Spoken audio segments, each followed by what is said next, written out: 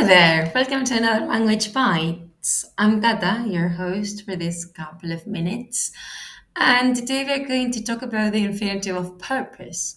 This is a structure that's going to help us answer the question why. For example, I sent an email to confirm the appointment.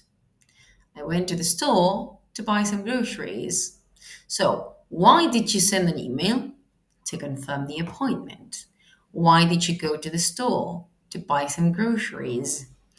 Entonces, esta estructura nos va a ser súper útil a la hora de explicar propósito, motivos, razones.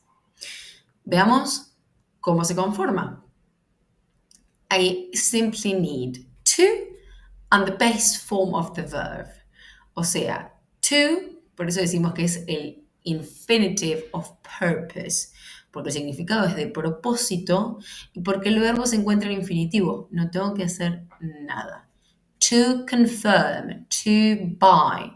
Entonces el verbo va a estar así, sin S, sin ed, sin ing, nada, nada, nada, nada. The base form, infinitivo. Ojo. Be careful. I went to the meeting for discuss the project. To discuss. Remember, it's to.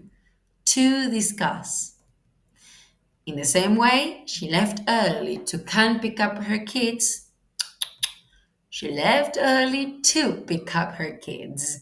Es siempre la misma preposición, to. Es siempre los mismos elementos, to y el verbo. No necesito agregarle más nada.